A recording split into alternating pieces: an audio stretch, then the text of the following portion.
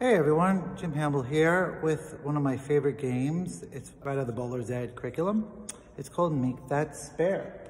And bowling 300 and strikes are really important, but also spare shooting is just so extremely important. And this is a great game because it takes the same framework of everyone having a job, but also putting in a creative spin and also having students practice their spare shooting. So there's a couple different ways you could modify it, but the way the game is set up is that you have bowlers, you have one bowler, you have a pin person, you have a scorer, a pin setter, and a ball returner.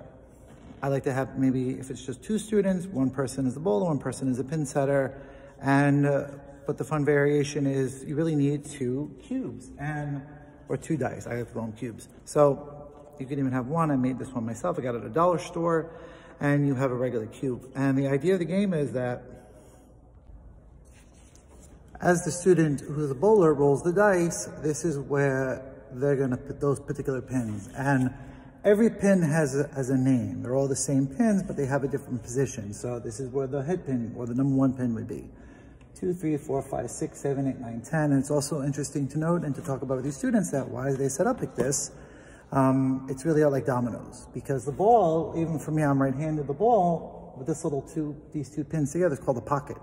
Really, the ball is only hitting a couple pins. So the way they set it up is so as the pins actually fall down, it's like a domino effect. But let's roll. So I'm gonna roll it. I have a 2 and I have a 6, all right?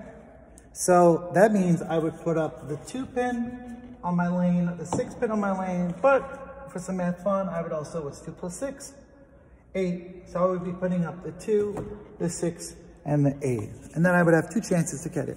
If I make it on the first one, awesome, I get a point. If I don't, my partner will get a chance if I didn't make it on both 2 turns, if they would get a chance to knock it down if I didn't make it.